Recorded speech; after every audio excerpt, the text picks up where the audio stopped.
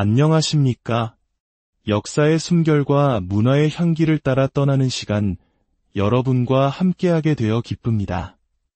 오늘 우리의 여정은 로마의 심장부, 도시 속의 또 다른 도시, 바로 바티칸으로 향합니다.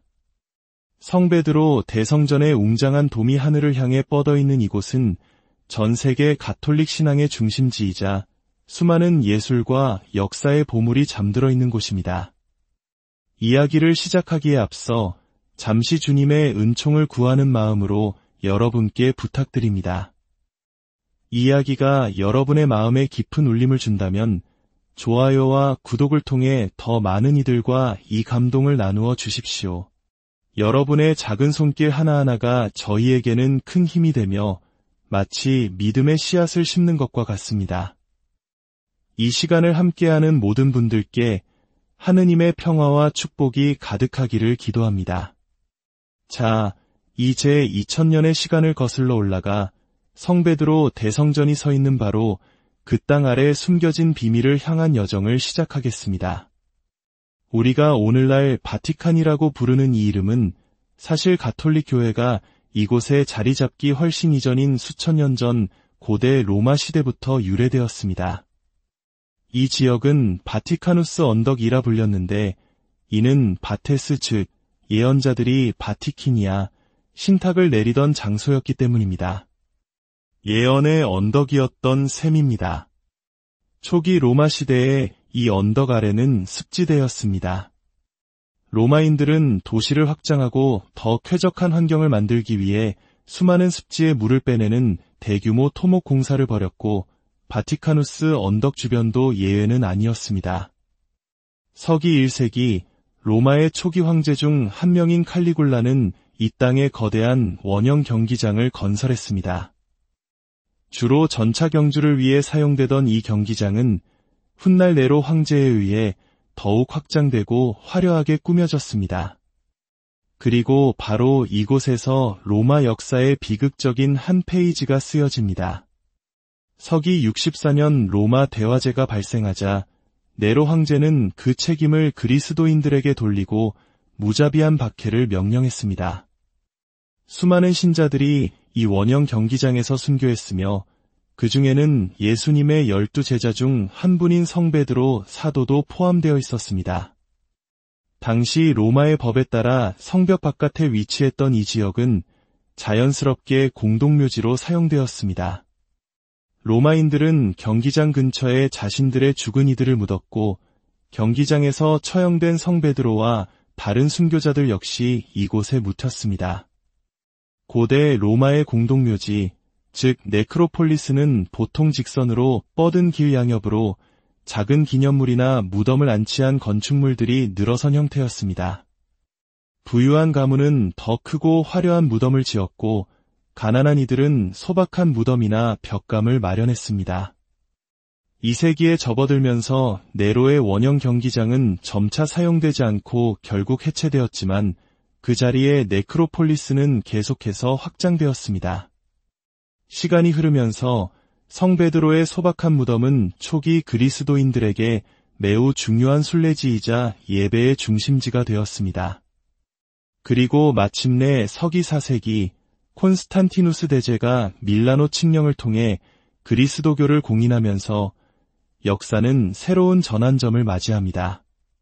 그는 성베드로의 무덤 바로 위에 그 무덤을 제단으로 사마 최초의 바티칸 대성전, 즉 구성베드로 대성전을 건축하도록 명령했습니다.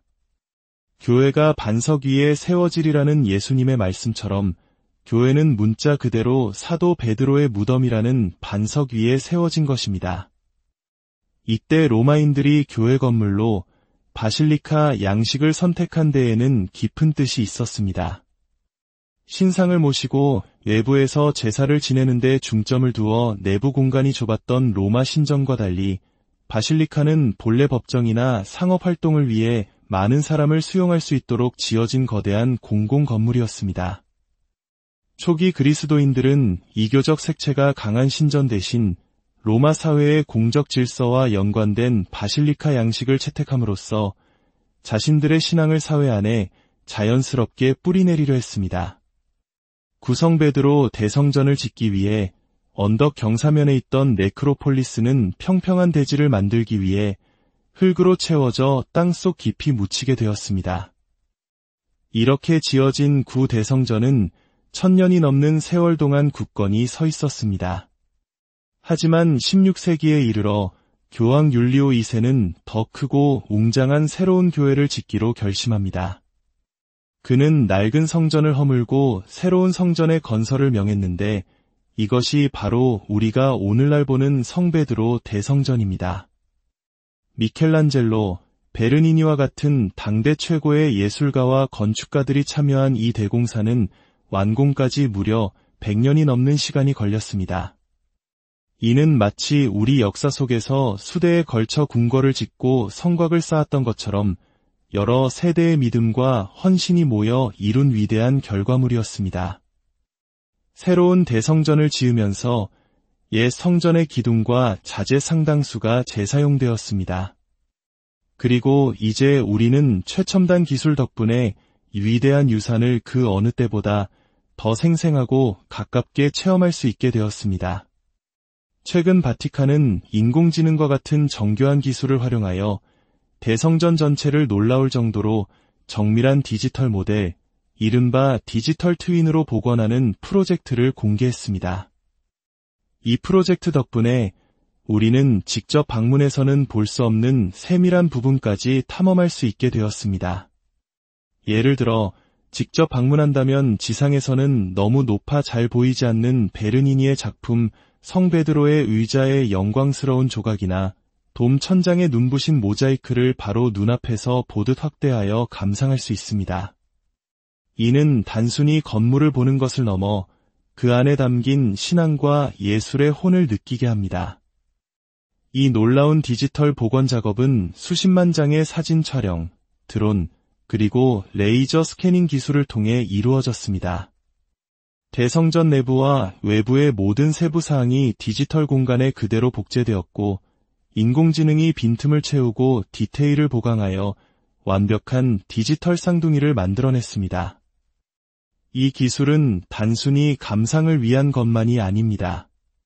성베드로 대성전은 그 규모가 너무나 거대해서 자유의 여신상이 받침대까지 통째로 들어갈 수 있을 정도입니다. 이처럼 방대한 건축물에 생기는 미세한 균열이나 구조적 결함을 사람의 눈으로 일일이 찾아내는 것은 거의 불가능에 가깝습니다. 하지만 디지털 트윈을 통해 보존 전문가들은 단 몇 초 만에 이러한 문제점을 찾아내고 지속적으로 상태를 관찰할 수 있게 되었습니다.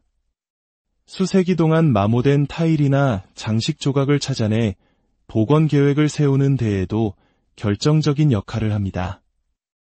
이는 인류의 위대한 유산을 미래 세대에게 온전히 물려주기 위한 거룩한 노력이라 할 수 있습니다. 이제 다시 과거로 돌아가 보겠습니다. 구 대성전을 짓기 위해 흙으로 덮였던 성 베드로의 무덤은 거의 1600년 동안 땅속에 잠들어 있었습니다. 그러다 20세기 중반 고고학자들이 마침내 성 베드로의 유해가 정말 그곳에 묻혀 있는가? 라는 오랜 질문의 답을 찾기 위해 발굴을 시작했습니다. 물론 대성전의 기초를 훼손할 수 없기에 발굴은 매우 제한적으로 이루어졌습니다. 발굴 작업은 주로 건물 하중이 덜한 중앙 신랑 아래에서 진행되었습니다. 이로써 우리는 성베드로 대성전 아래에 세 겹의 역사가 겹쳐 있음을 알게 되었습니다. 가장 위에는 16대 17세기에 걸쳐 지어진 현재의 대성전이 있고 그 아래에는 구 대성전의 바닥과 비슷한 높이의 역대 교황과 성인들의 무덤이 있는 그로토 층이 있습니다.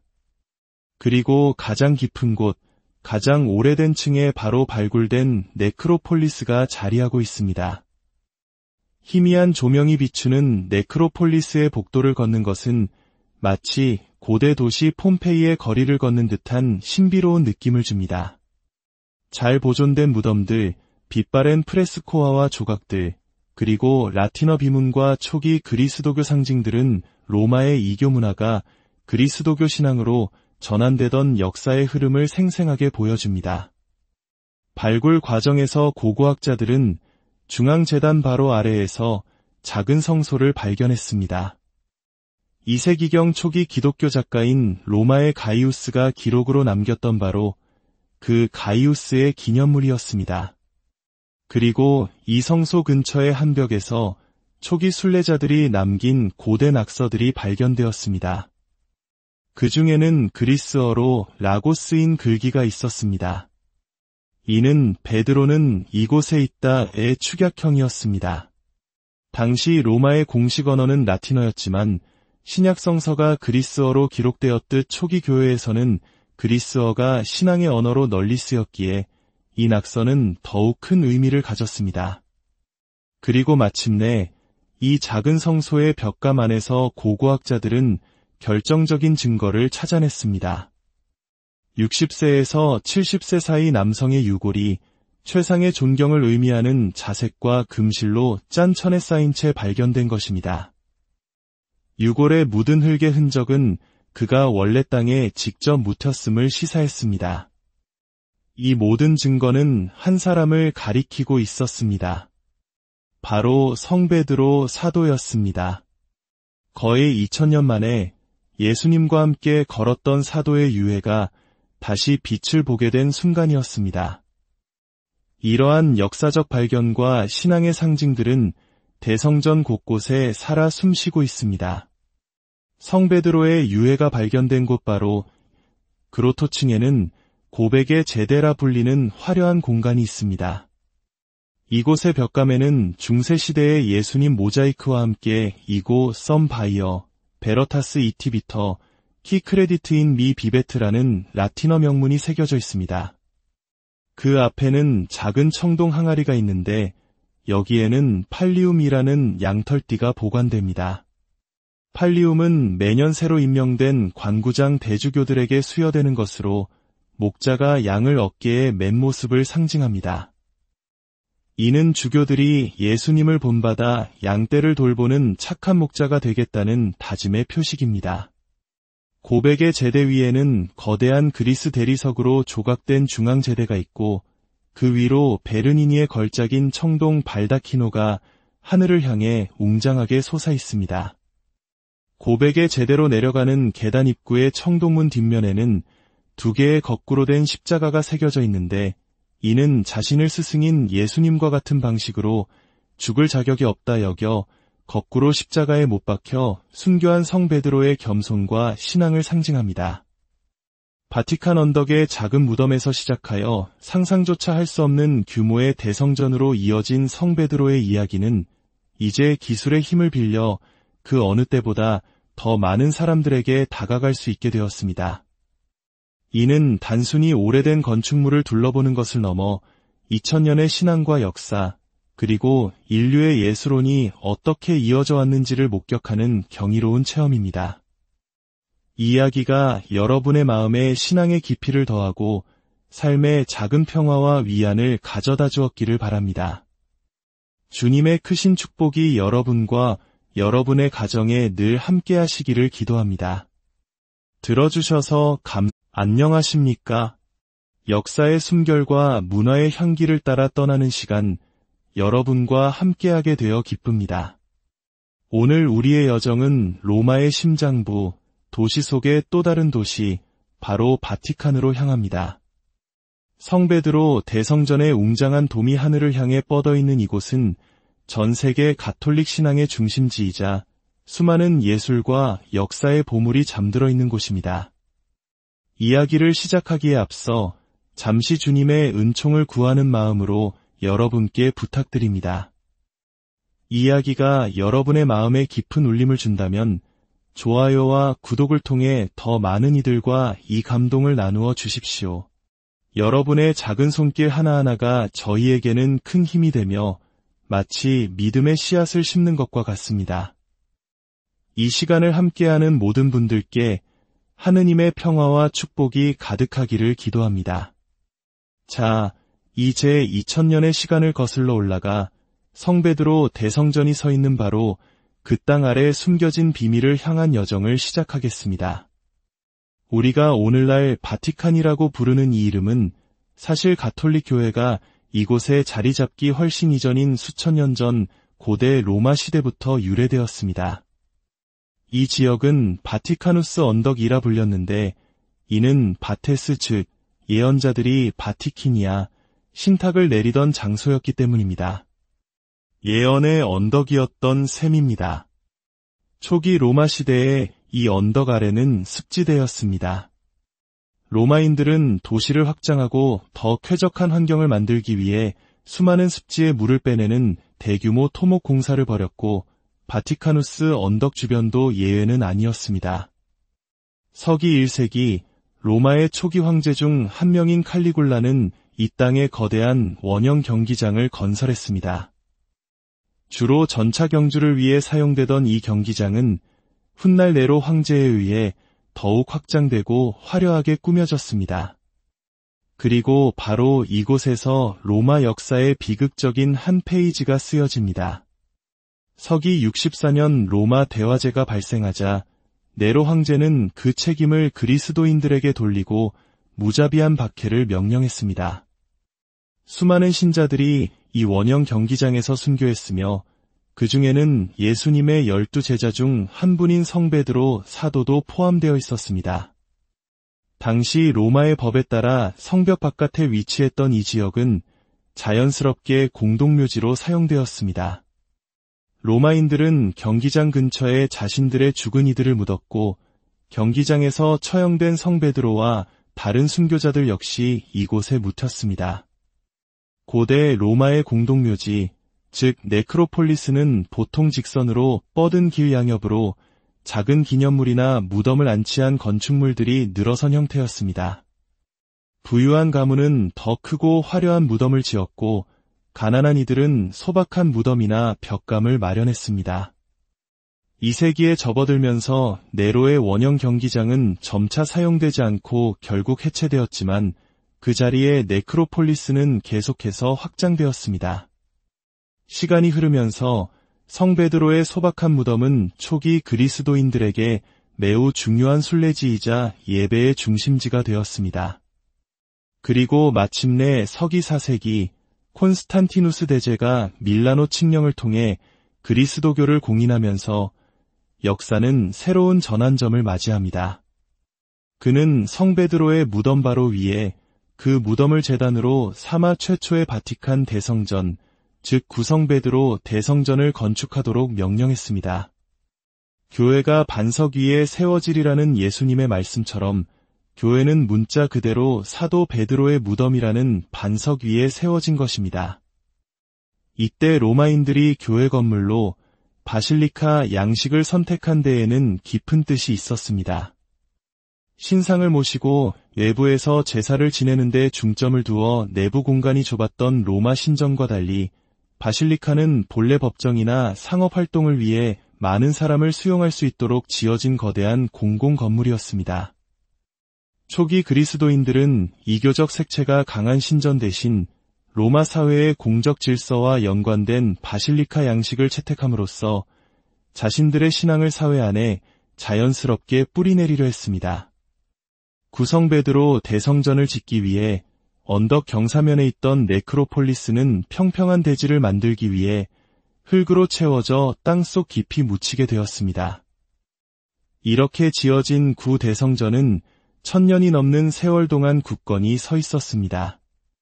하지만 16세기에 이르러 교황 율리오 2세는 더 크고 웅장한 새로운 교회를 짓기로 결심합니다. 그는 낡은 성전을 허물고 새로운 성전의 건설을 명했는데 이것이 바로 우리가 오늘날 보는 성 베드로 대성전입니다. 미켈란젤로, 베르니니와 같은 당대 최고의 예술가와 건축가들이 참여한 이 대공사는 완공까지 무려 100년이 넘는 시간이 걸렸습니다. 이는 마치 우리 역사 속에서 수대에 걸쳐 궁궐을 짓고 성곽을 쌓았던 것처럼 여러 세대의 믿음과 헌신이 모여 이룬 위대한 결과물이었습니다. 새로운 대성전을 지으면서 옛 성전의 기둥과 자재 상당수가 재사용되었습니다. 그리고 이제 우리는 최첨단 기술 덕분에 위대한 유산을 그 어느 때보다 더 생생하고 가깝게 체험할 수 있게 되었습니다.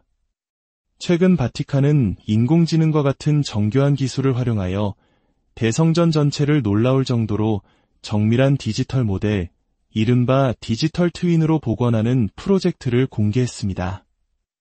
이 프로젝트 덕분에 우리는 직접 방문해서는 볼 수 없는 세밀한 부분까지 탐험할 수 있게 되었습니다. 예를 들어 직접 방문한다면 지상에서는 너무 높아 잘 보이지 않는 베르니니의 작품 성 베드로의 의자의 영광스러운 조각이나 돔 천장에 눈부신 모자이크를 바로 눈앞에서 보듯 확대하여 감상할 수 있습니다. 이는 단순히 건물을 보는 것을 넘어 그 안에 담긴 신앙과 예술의 혼을 느끼게 합니다. 이 놀라운 디지털 복원 작업은 수십만 장의 사진 촬영, 드론, 그리고 레이저 스캐닝 기술을 통해 이루어졌습니다. 대성전 내부와 외부의 모든 세부 사항이 디지털 공간에 그대로 복제되었고, 인공지능이 빈틈을 채우고 디테일을 보강하여 완벽한 디지털 쌍둥이를 만들어냈습니다. 이 기술은 단순히 감상을 위한 것만이 아닙니다. 성 베드로 대성전은 그 규모가 너무나 거대해서 자유의 여신상이 받침대까지 통째로 들어갈 수 있을 정도입니다. 이처럼 방대한 건축물에 생기는 미세한 균열이나 구조적 결함을 사람의 눈으로 일일이 찾아내는 것은 거의 불가능에 가깝습니다. 하지만 디지털 트윈을 통해 보존 전문가들은 단 몇 초 만에 이러한 문제점을 찾아내고 지속적으로 상태를 관찰할 수 있게 되었습니다. 수세기 동안 마모된 타일이나 장식 조각을 찾아내 복원 계획을 세우는 데에도 결정적인 역할을 합니다. 이는 인류의 위대한 유산을 미래 세대에게 온전히 물려주기 위한 거룩한 노력이라 할 수 있습니다. 이제 다시 과거로 돌아가 보겠습니다. 구 대성전을 짓기 위해 흙으로 덮였던 성 베드로의 무덤은 거의 1600년 동안 땅속에 잠들어 있었습니다.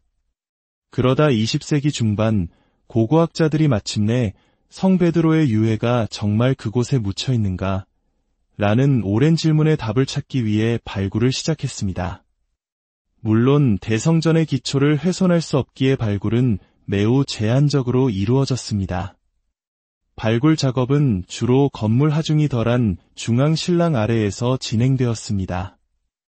이로써 우리는 성 베드로 대성전 아래에 세 겹의 역사가 겹쳐 있음을 알게 되었습니다. 가장 위에는 16대 17세기에 걸쳐 지어진 현재의 대성전이 있고 그 아래에는 구 대성전의 바닥과 비슷한 높이의 역대 교황과 성인들의 무덤이 있는 그로토 층이 있습니다. 그리고 가장 깊은 곳, 가장 오래된 층에 바로 발굴된 네크로폴리스가 자리하고 있습니다. 희미한 조명이 비추는 네크로폴리스의 복도를 걷는 것은 마치 고대 도시 폼페이의 거리를 걷는 듯한 신비로운 느낌을 줍니다. 잘 보존된 무덤들, 빛바랜 프레스코아와 조각들, 그리고 라틴어 비문과 초기 그리스도교 상징들은 로마의 이교 문화가 그리스도교 신앙으로 전환되던 역사의 흐름을 생생하게 보여줍니다. 발굴 과정에서 고고학자들은 중앙재단 바로 아래에서 작은 성소를 발견했습니다. 2세기경 초기 기독교 작가인 로마의 가이우스가 기록으로 남겼던 바로 그 가이우스의 기념물이었습니다. 그리고 이 성소 근처의 한 벽에서 초기 순례자들이 남긴 고대 낙서들이 발견되었습니다. 그 중에는 그리스어로 라고 쓰인 글귀가 있었습니다. 이는 베드로는 이곳에 있다의 축약형이었습니다. 당시 로마의 공식 언어는 라틴어였지만 신약 성서가 그리스어로 기록되었듯 초기 교회에서는 그리스어가 신앙의 언어로 널리 쓰였기에 이 낙서는 더욱 큰 의미를 가졌습니다. 그리고 마침내 이 작은 성소의 벽감 안에서 고고학자들은 결정적인 증거를 찾아냈습니다. 60세에서 70세 사이 남성의 유골이 최상의 존경을 의미하는 자색과 금실로 짠 천에 쌓인 채 발견된 것입니다. 유골에 묻은 흙의 흔적은 그가 원래 땅에 직접 묻혔음을 시사했습니다. 이 모든 증거는 한 사람을 가리키고 있었습니다. 바로 성베드로 사도였습니다. 거의 2000년 만에 예수님과 함께 걸었던 사도의 유해가 다시 빛을 보게 된 순간이었습니다. 이러한 역사적 발견과 신앙의 상징들은 대성전 곳곳에 살아 숨쉬고 있습니다. 성베드로의 유해가 발견된 곳 바로 그로토층에는 고백의 제대라 불리는 화려한 공간이 있습니다. 이곳의 벽감에는 중세시대의 예수님 모자이크와 함께 이고 썸 바이어, 베러타스 이티비터, 키 크레디트인 미 비베트라는 라틴어 명문이 새겨져 있습니다. 그 앞에는 작은 청동 항아리가 있는데 여기에는 팔리움이라는 양털띠가 보관됩니다. 팔리움은 매년 새로 임명된 관구장 대주교들에게 수여되는 것으로 목자가 양을 어깨에 맨 모습을 상징합니다.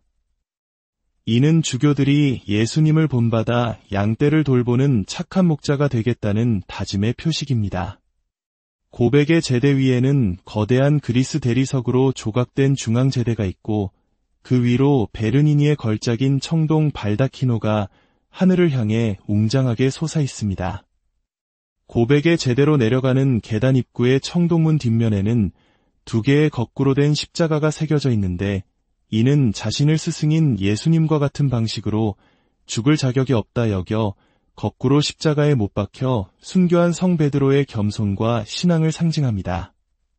바티칸 언덕의 작은 무덤에서 시작하여 상상조차 할 수 없는 규모의 대성전으로 이어진 성 베드로의 이야기는 이제 기술의 힘을 빌려 그 어느 때보다 더 많은 사람들에게 다가갈 수 있게 되었습니다.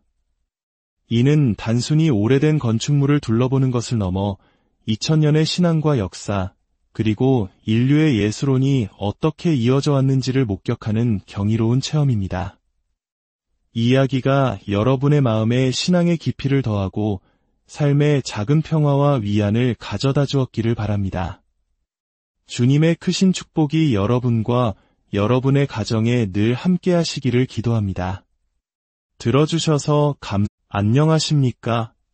역사의 숨결과 문화의 향기를 따라 떠나는 시간, 여러분과 함께하게 되어 기쁩니다. 오늘 우리의 여정은 로마의 심장부, 도시 속의 또 다른 도시, 바로 바티칸으로 향합니다. 성베드로 대성전의 웅장한 돔이 하늘을 향해 뻗어있는 이곳은 전 세계 가톨릭 신앙의 중심지이자 수많은 예술과 역사의 보물이 잠들어 있는 곳입니다. 이야기를 시작하기에 앞서 잠시 주님의 은총을 구하는 마음으로 여러분께 부탁드립니다. 이 이야기가 여러분의 마음에 깊은 울림을 준다면 좋아요와 구독을 통해 더 많은 이들과 이 감동을 나누어 주십시오. 여러분의 작은 손길 하나하나가 저희에게는 큰 힘이 되며 마치 믿음의 씨앗을 심는 것과 같습니다. 이 시간을 함께하는 모든 분들께 하느님의 평화와 축복이 가득하기를 기도합니다.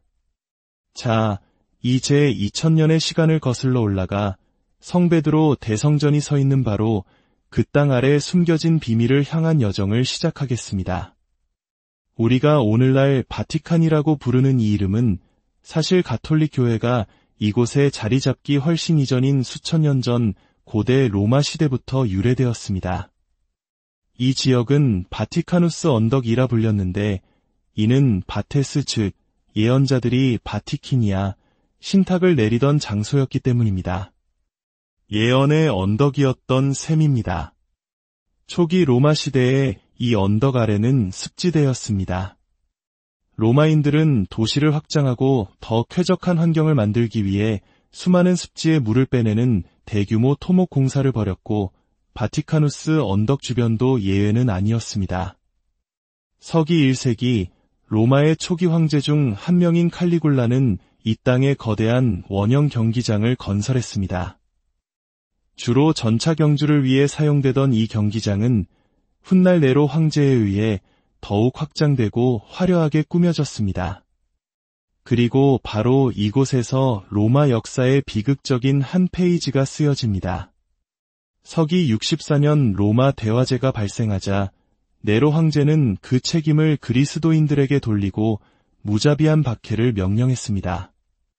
수많은 신자들이 이 원형 경기장에서 순교했으며 그 중에는 예수님의 12제자 중 한 분인 성 베드로 사도도 포함되어 있었습니다.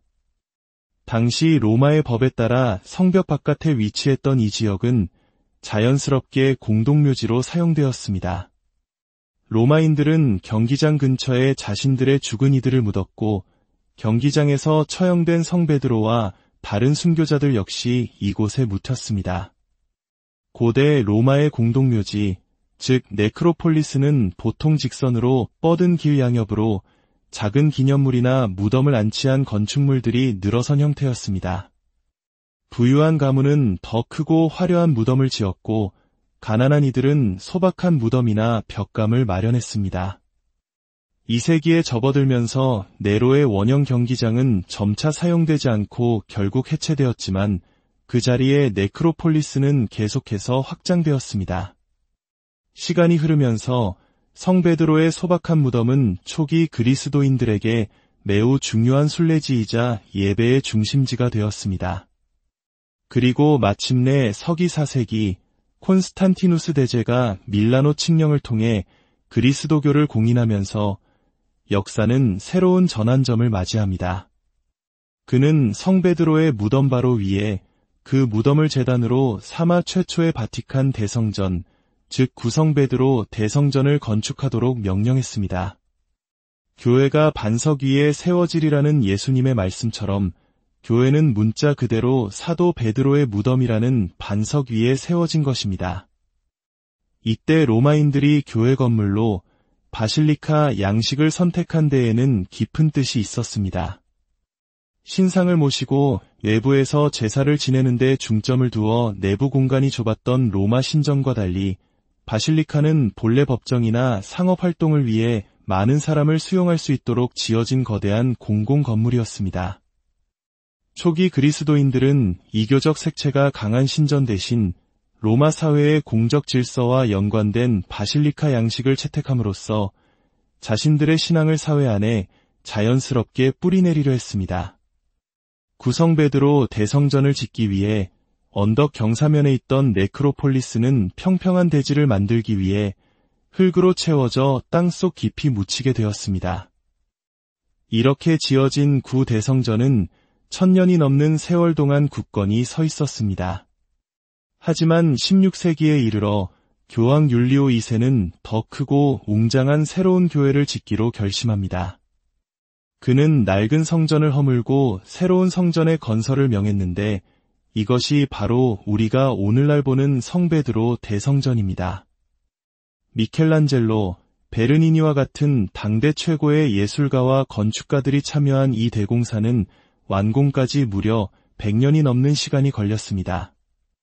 이는 마치 우리 역사 속에서 수대에 걸쳐 궁궐을 짓고 성곽을 쌓았던 것처럼 여러 세대의 믿음과 헌신이 모여 이룬 위대한 결과물이었습니다.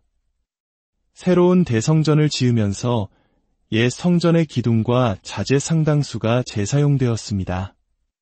그리고 이제 우리는 최첨단 기술 덕분에 위대한 유산을 그 어느 때보다 더 생생하고 가깝게 체험할 수 있게 되었습니다. 최근 바티칸은 인공지능과 같은 정교한 기술을 활용하여 대성전 전체를 놀라울 정도로 정밀한 디지털 모델, 이른바 디지털 트윈으로 복원하는 프로젝트를 공개했습니다. 이 프로젝트 덕분에 우리는 직접 방문해서는 볼 수 없는 세밀한 부분까지 탐험할 수 있게 되었습니다. 예를 들어 직접 방문한다면 지상에서는 너무 높아 잘 보이지 않는 베르니니의 작품 성 베드로의 의자의 영광스러운 조각이나 돔 천장에 눈부신 모자이크를 바로 눈앞에서 보듯 확대하여 감상할 수 있습니다. 이는 단순히 건물을 보는 것을 넘어 그 안에 담긴 신앙과 예술의 혼을 느끼게 합니다. 이 놀라운 디지털 복원 작업은 수십만 장의 사진 촬영, 드론, 그리고 레이저 스캐닝 기술을 통해 이루어졌습니다. 대성전 내부와 외부의 모든 세부 사항이 디지털 공간에 그대로 복제되었고 인공지능이 빈틈을 채우고 디테일을 보강하여 완벽한 디지털 쌍둥이를 만들어냈습니다. 이 기술은 단순히 감상을 위한 것만이 아닙니다. 성베드로 대성전은 그 규모가 너무나 거대해서 자유의 여신상이 받침대까지 통째로 들어갈 수 있을 정도입니다. 이처럼 방대한 건축물에 생기는 미세한 균열이나 구조적 결함을 사람의 눈으로 일일이 찾아내는 것은 거의 불가능에 가깝습니다. 하지만 디지털 트윈을 통해 보존 전문가들은 단 몇 초 만에 이러한 문제점을 찾아내고 지속적으로 상태를 관찰할 수 있게 되었습니다. 수세기 동안 마모된 타일이나 장식 조각을 찾아내 복원 계획을 세우는 데에도 결정적인 역할을 합니다. 이는 인류의 위대한 유산을 미래 세대에게 온전히 물려주기 위한 거룩한 노력이라 할 수 있습니다. 이제 다시 과거로 돌아가 보겠습니다. 구 대성전을 짓기 위해 흙으로 덮였던 성 베드로의 무덤은 거의 1600년 동안 땅속에 잠들어 있었습니다. 그러다 20세기 중반 고고학자들이 마침내 성 베드로의 유해가 정말 그곳에 묻혀 있는가? 라는 오랜 질문에 답을 찾기 위해 발굴을 시작했습니다. 물론 대성전의 기초를 훼손할 수 없기에 발굴은 매우 제한적으로 이루어졌습니다. 발굴 작업은 주로 건물 하중이 덜한 중앙 신랑 아래에서 진행되었습니다. 이로써 우리는 성 베드로 대성전 아래에 세 겹의 역사가 겹쳐 있음을 알게 되었습니다. 가장 위에는 16대 17세기에 걸쳐 지어진 현재의 대성전이 있고 그 아래에는 구 대성전의 바닥과 비슷한 높이의 역대 교황과 성인들의 무덤이 있는 그로토 층이 있습니다. 그리고 가장 깊은 곳, 가장 오래된 층에 바로 발굴된 네크로폴리스가 자리하고 있습니다. 희미한 조명이 비추는 네크로폴리스의 복도를 걷는 것은 마치 고대 도시 폼페이의 거리를 걷는 듯한 신비로운 느낌을 줍니다. 잘 보존된 무덤들, 빛바랜 프레스코아와 조각들, 그리고 라틴어 비문과 초기 그리스도교 상징들은 로마의 이교 문화가 그리스도교 신앙으로 전환되던 역사의 흐름을 생생하게 보여줍니다. 발굴 과정에서 고고학자들은 중앙재단 바로 아래에서 작은 성소를 발견했습니다. 2세기경 초기 기독교 작가인 로마의 가이우스가 기록으로 남겼던 바로 그 가이우스의 기념물이었습니다. 그리고 이 성소 근처의 한 벽에서 초기 순례자들이 남긴 고대 낙서들이 발견되었습니다. 그 중에는 그리스어로 라고 쓰인 글귀가 있었습니다. 이는 베드로는 이곳에 있다의 축약형이었습니다. 당시 로마의 공식 언어는 라틴어였지만 신약 성서가 그리스어로 기록되었듯 초기 교회에서는 그리스어가 신앙의 언어로 널리 쓰였기에 이 낙서는 더욱 큰 의미를 가졌습니다. 그리고 마침내 이 작은 성소의 벽감 안에서 고고학자들은 결정적인 증거를 찾아냈습니다. 60세에서 70세 사이 남성의 유골이 최상의 존경을 의미하는 자색과 금실로 짠 천에 쌓인 채 발견된 것입니다. 유골에 묻은 흙의 흔적은 그가 원래 땅에 직접 묻혔음을 시사했습니다. 이 모든 증거는 한 사람을 가리키고 있었습니다. 바로 성 베드로 사도였습니다. 거의 2000년 만에 예수님과 함께 걸었던 사도의 유해가 다시 빛을 보게 된 순간이었습니다. 이러한 역사적 발견과 신앙의 상징들은 대성전 곳곳에 살아 숨쉬고 있습니다. 성 베드로의 유해가 발견된 곳 바로 그로토층에는 고백의 제대라 불리는 화려한 공간이 있습니다. 이곳의 벽감에는 중세시대의 예수님 모자이크와 함께 이고 썸 바이어, 베러타스 이티비터, 키 크레디트인 미 비베트라는 라틴어 명문이 새겨져 있습니다. 그 앞에는 작은 청동 항아리가 있는데 여기에는 팔리움이라는 양털띠가 보관됩니다. 팔리움은 매년 새로 임명된 관구장 대주교들에게 수여되는 것으로 목자가 양을 어깨에 맨 모습을 상징합니다. 이는 주교들이 예수님을 본받아 양떼를 돌보는 착한 목자가 되겠다는 다짐의 표식입니다. 고백의 제대 위에는 거대한 그리스 대리석으로 조각된 중앙제대가 있고 그 위로 베르니니의 걸작인 청동 발다키노가 하늘을 향해 웅장하게 솟아 있습니다. 고백에 제대로 내려가는 계단 입구의 청동문 뒷면에는 두 개의 거꾸로 된 십자가가 새겨져 있는데, 이는 자신을 스승인 예수님과 같은 방식으로 죽을 자격이 없다 여겨 거꾸로 십자가에 못 박혀 순교한 성 베드로의 겸손과 신앙을 상징합니다. 바티칸 언덕의 작은 무덤에서 시작하여 상상조차 할 수 없는 규모의 대성전으로 이어진 성 베드로의 이야기는 이제 기술의 힘을 빌려 그 어느 때보다 더 많은 사람들에게 다가갈 수 있게 되었습니다. 이는 단순히 오래된 건축물을 둘러보는 것을 넘어 2000년의 신앙과 역사, 그리고 인류의 예술론이 어떻게 이어져 왔는지를 목격하는 경이로운 체험입니다. 이 이야기가 여러분의 마음에 신앙의 깊이를 더하고 삶의 작은 평화와 위안을 가져다 주었기를 바랍니다. 주님의 크신 축복이 여러분과 여러분의 가정에 늘 함께 하시기를 기도합니다. 들어주셔서 안녕하십니까? 역사의 숨결과 문화의 향기를 따라 떠나는 시간, 여러분과 함께하게 되어 기쁩니다. 오늘 우리의 여정은 로마의 심장부, 도시 속의 또 다른 도시, 바로 바티칸으로 향합니다. 성 베드로 대성전의 웅장한 돔이 하늘을 향해 뻗어 있는 이곳은 전 세계 가톨릭 신앙의 중심지이자 수많은 예술과 역사의 보물이 잠들어 있는 곳입니다. 이야기를 시작하기에 앞서 잠시 주님의 은총을 구하는 마음으로 여러분께 부탁드립니다. 이 이야기가 여러분의 마음에 깊은 울림을 준다면 좋아요와 구독을 통해 더 많은 이들과 이 감동을 나누어 주십시오. 여러분의 작은 손길 하나하나가 저희에게는 큰 힘이 되며 마치 믿음의 씨앗을 심는 것과 같습니다. 이 시간을 함께하는 모든 분들께 하느님의 평화와 축복이 가득하기를 기도합니다. 자, 이제 2000년의 시간을 거슬러 올라가 성 베드로 대성전이 서 있는 바로 그 땅 아래 숨겨진 비밀을 향한 여정을 시작하겠습니다.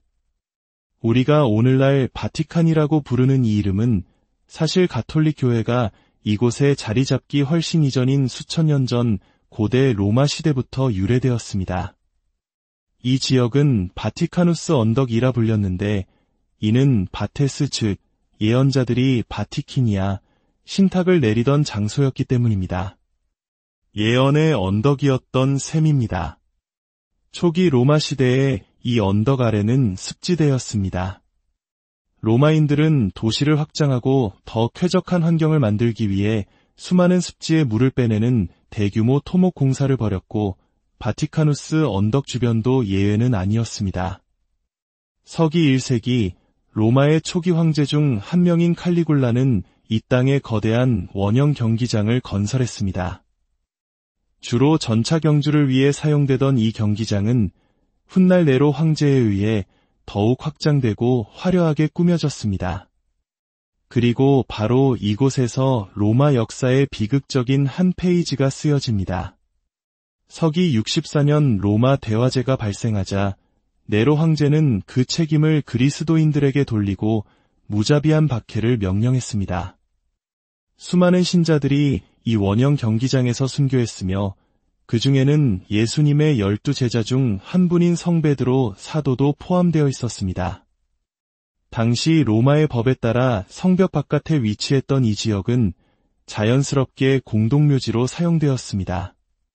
로마인들은 경기장 근처에 자신들의 죽은 이들을 묻었고 경기장에서 처형된 성 베드로와 다른 순교자들 역시 이곳에 묻혔습니다. 고대 로마의 공동묘지, 즉 네크로폴리스는 보통 직선으로 뻗은 길 양옆으로 작은 기념물이나 무덤을 안치한 건축물들이 늘어선 형태였습니다. 부유한 가문은 더 크고 화려한 무덤을 지었고 가난한 이들은 소박한 무덤이나 벽감을 마련했습니다.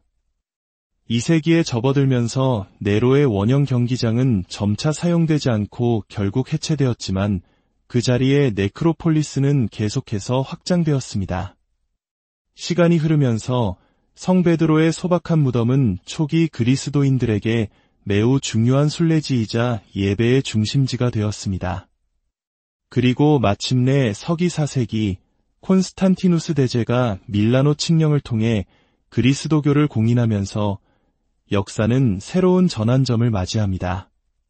그는 성 베드로의 무덤 바로 위에 그 무덤을 제단으로 삼아 최초의 바티칸 대성전, 즉 구성 베드로 대성전을 건축하도록 명령했습니다.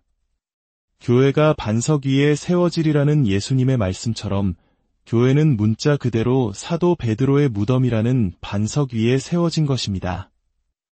이때 로마인들이 교회 건물로 바실리카 양식을 선택한 데에는 깊은 뜻이 있었습니다. 신상을 모시고 외부에서 제사를 지내는 데 중점을 두어 내부 공간이 좁았던 로마 신전과 달리 바실리카는 본래 법정이나 상업 활동을 위해 많은 사람을 수용할 수 있도록 지어진 거대한 공공 건물이었습니다. 초기 그리스도인들은 이교적 색채가 강한 신전 대신 로마 사회의 공적 질서와 연관된 바실리카 양식을 채택함으로써 자신들의 신앙을 사회 안에 자연스럽게 뿌리내리려 했습니다. 구성 베드로 대성전을 짓기 위해 언덕 경사면에 있던 네크로폴리스는 평평한 대지를 만들기 위해 흙으로 채워져 땅속 깊이 묻히게 되었습니다. 이렇게 지어진 구 대성전은 1000년이 넘는 세월 동안 굳건히 서 있었습니다. 하지만 16세기에 이르러 교황 율리오 2세는 더 크고 웅장한 새로운 교회를 짓기로 결심합니다. 그는 낡은 성전을 허물고 새로운 성전의 건설을 명했는데 이것이 바로 우리가 오늘날 보는 성 베드로 대성전입니다. 미켈란젤로, 베르니니와 같은 당대 최고의 예술가와 건축가들이 참여한 이 대공사는 완공까지 무려 100년이 넘는 시간이 걸렸습니다. 이는 마치 우리 역사 속에서 수대에 걸쳐 궁궐을 짓고 성곽을 쌓았던 것처럼 여러 세대의 믿음과 헌신이 모여 이룬 위대한 결과물이었습니다. 새로운 대성전을 지으면서 옛 성전의 기둥과 자재 상당수가 재사용되었습니다. 그리고 이제 우리는 최첨단 기술 덕분에 위대한 유산을 그 어느 때보다 더 생생하고 가깝게 체험할 수 있게 되었습니다. 최근 바티칸은 인공지능과 같은 정교한 기술을 활용하여 대성전 전체를 놀라울 정도로 정밀한 디지털 모델, 이른바 디지털 트윈으로 복원하는 프로젝트를 공개했습니다. 이 프로젝트 덕분에 우리는 직접 방문해서는 볼 수 없는 세밀한 부분까지 탐험할 수 있게 되었습니다. 예를 들어 직접 방문한다면 지상에서는 너무 높아 잘 보이지 않는 베르니니의 작품 성 베드로의 의자의 영광스러운 조각이나 돔 천장에 눈부신 모자이크를 바로 눈앞에서 보듯 확대하여 감상할 수 있습니다. 이는 단순히 건물을 보는 것을 넘어 그 안에 담긴 신앙과 예술의 혼을 느끼게 합니다. 이 놀라운 디지털 복원 작업은 수십만 장의 사진 촬영, 드론, 그리고 레이저 스캐닝 기술을 통해 이루어졌습니다. 대성전 내부와 외부의 모든 세부 사항이 디지털 공간에 그대로 복제되었고 인공지능이 빈틈을 채우고 디테일을 보강하여 완벽한 디지털 쌍둥이를 만들어냈습니다. 이 기술은 단순히 감상을 위한 것만이 아닙니다. 성 베드로 대성전은 그 규모가 너무나 거대해서 자유의 여신상이 받침대까지 통째로 들어갈 수 있을 정도입니다. 이처럼 방대한 건축물에 생기는 미세한 균열이나 구조적 결함을 사람의 눈으로 일일이 찾아내는 것은 거의 불가능에 가깝습니다. 하지만 디지털 트윈을 통해 보존 전문가들은 단 몇 초 만에 이러한 문제점을 찾아내고 지속적으로 상태를 관찰할 수 있게 되었습니다. 수세기 동안 마모된 타일이나 장식 조각을 찾아내 복원 계획을 세우는 데에도 결정적인 역할을 합니다. 이는 인류의 위대한 유산을 미래 세대에게 온전히 물려주기 위한 거룩한 노력이라 할 수 있습니다. 이제 다시 과거로 돌아가 보겠습니다. 구 대성전을 짓기 위해 흙으로 덮였던 성 베드로의 무덤은 거의 1600년 동안 땅속에 잠들어 있었습니다. 그러다 20세기 중반 고고학자들이 마침내 성 베드로의 유해가 정말 그곳에 묻혀 있는가? 라는 오랜 질문에 답을 찾기 위해 발굴을 시작했습니다. 물론 대성전의 기초를 훼손할 수 없기에 발굴은 매우 제한적으로 이루어졌습니다. 발굴 작업은 주로 건물 하중이 덜한 중앙 신랑 아래에서 진행되었습니다. 이로써 우리는 성베드로 대성전 아래에 세 겹의 역사가 겹쳐 있음을 알게 되었습니다. 가장 위에는 16대 17세기에 걸쳐 지어진 현재의 대성전이 있고 그 아래에는 구 대성전의 바닥과 비슷한 높이의 역대 교황과 성인들의 무덤이 있는 그로토 층이 있습니다. 그리고 가장 깊은 곳, 가장 오래된 층에 바로 발굴된 네크로폴리스가 자리하고 있습니다. 희미한 조명이 비추는 네크로폴리스의 복도를 걷는 것은 마치 고대 도시 폼페이의 거리를 걷는 듯한 신비로운 느낌을 줍니다. 잘 보존된 무덤들, 빛바랜 프레스코화와 조각들, 그리고 라틴어 비문과 초기 그리스도교 상징들은 로마의 이교 문화가 그리스도교 신앙으로 전환되던 역사의 흐름을 생생하게 보여줍니다. 발굴 과정에서 고고학자들은 중앙재단 바로 아래에서 작은 성소를 발견했습니다. 2세기경 초기 기독교 작가인 로마의 가이우스가 기록으로 남겼던 바로 그 가이우스의 기념물이었습니다. 그리고 이 성소 근처의 한 벽에서 초기 순례자들이 남긴 고대 낙서들이 발견되었습니다. 그 중에는 그리스어로 라고 쓰인 글귀가 있었습니다. 이는 베드로는 이곳에 있다의 축약형이었습니다. 당시 로마의 공식 언어는 라틴어였지만 신약 성서가 그리스어로 기록되었듯 초기 교회에서는 그리스어가 신앙의 언어로 널리 쓰였기에 이 낙서는 더욱 큰 의미를 가졌습니다. 그리고 마침내 이 작은 성소의 벽감 안에서 고고학자들은 결정적인 증거를 찾아냈습니다. 60세에서 70세 사이 남성의 유골이 최상의 존경을 의미하는 자색과 금실로 짠 천에 쌓인 채 발견된 것입니다. 유골에 묻은 흙의 흔적은 그가 원래 땅에 직접 묻혔음을 시사했습니다. 이 모든 증거는 한 사람을 가리키고 있었습니다. 바로 성베드로 사도였습니다. 거의 2000년 만에 예수님과 함께 걸었던 사도의 유해가 다시 빛을 보게 된 순간이었습니다. 이러한 역사적 발견과 신앙의 상징들은 대성전 곳곳에 살아 숨쉬고 있습니다. 성베드로의 유해가 발견된 곳 바로 그로토층에는 고백의 제대라 불리는 화려한 공간이 있습니다. 이곳의 벽감에는 중세시대의 예수님 모자이크와 함께 이고 썸 바이어, 베러타스 이티비터, 키 크레디트인 미 비베트라는 라틴어 명문이 새겨져 있습니다. 그 앞에는 작은 청동 항아리가 있는데 여기에는 팔리움이라는 양털띠가 보관됩니다. 팔리움은 매년 새로 임명된 관구장 대주교들에게 수여되는 것으로 목자가 양을 어깨에 맨 모습을 상징합니다. 이는 주교들이 예수님을 본받아 양떼를 돌보는 착한 목자가 되겠다는 다짐의 표식입니다.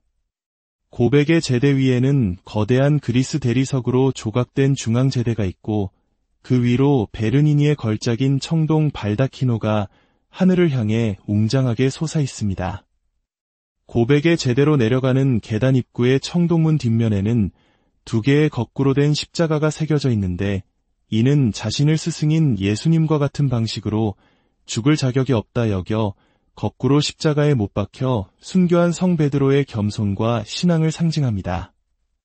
바티칸 언덕의 작은 무덤에서 시작하여 상상조차 할 수 없는 규모의 대성전으로 이어진 성 베드로의 이야기는 이제 기술의 힘을 빌려 그 어느 때보다 더 많은 사람들에게 다가갈 수 있게 되었습니다.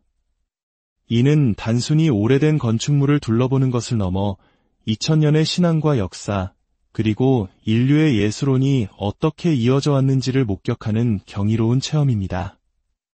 이 이야기가 여러분의 마음에 신앙의 깊이를 더하고 삶의 작은 평화와 위안을 가져다 주었기를 바랍니다. 주님의 크신 축복이 여러분과 여러분의 가정에 늘 함께 하시기를 기도합니다. 들어주셔서 안녕하십니까? 역사의 숨결과 문화의 향기를 따라 떠나는 시간, 여러분과 함께하게 되어 기쁩니다. 오늘 우리의 여정은 로마의 심장부, 도시 속의 또 다른 도시, 바로 바티칸으로 향합니다. 성 베드로 대성전의 웅장한 돔이 하늘을 향해 뻗어 있는 이곳은 전 세계 가톨릭 신앙의 중심지이자 수많은 예술과 역사의 보물이 잠들어 있는 곳입니다. 이야기를 시작하기에 앞서 잠시 주님의 은총을 구하는 마음으로 여러분께 부탁드립니다. 이야기가 여러분의 마음에 깊은 울림을 준다면 좋아요와 구독을 통해 더 많은 이들과 이 감동을 나누어 주십시오. 여러분의 작은 손길 하나하나가 저희에게는 큰 힘이 되며 마치 믿음의 씨앗을 심는 것과 같습니다. 이 시간을 함께하는 모든 분들께 하느님의 평화와 축복이 가득하기를 기도합니다. 자, 이제 2000년의 시간을 거슬러 올라가 성 베드로 대성전이 서 있는 바로 그 땅 아래 숨겨진 비밀을 향한 여정을 시작하겠습니다. 우리가 오늘날 바티칸이라고 부르는 이 이름은 사실 가톨릭 교회가 이곳에 자리 잡기 훨씬 이전인 수천 년 전 고대 로마 시대부터 유래되었습니다. 이 지역은 바티카누스 언덕이라 불렸는데 이는 바테스 즉 예언자들이 바티키니아 신탁을 내리던 장소였기 때문입니다. 예언의 언덕이었던 셈입니다. 초기 로마 시대에 이 언덕 아래는 습지대였습니다. 로마인들은 도시를 확장하고 더 쾌적한 환경을 만들기 위해 수많은 습지에 물을 빼내는 대규모 토목 공사를 벌였고 바티카누스 언덕 주변도 예외는 아니었습니다. 서기 1세기 로마의 초기 황제 중 한 명인 칼리굴라는 이 땅에 거대한 원형 경기장을 건설했습니다. 주로 전차 경주를 위해 사용되던 이 경기장은 훗날 네로 황제에 의해 더욱 확장되고 화려하게 꾸며졌습니다. 그리고 바로 이곳에서 로마 역사의 비극적인 한 페이지가 쓰여집니다. 서기 64년 로마 대화제가 발생하자 네로 황제는 그 책임을 그리스도인들에게 돌리고 무자비한 박해를 명령했습니다. 수많은 신자들이 이 원형 경기장에서 순교했으며 그 중에는 예수님의 12제자 중 한 분인 성 베드로 사도도 포함되어 있었습니다. 당시 로마의 법에 따라 성벽 바깥에 위치했던 이 지역은 자연스럽게 공동묘지로 사용되었습니다.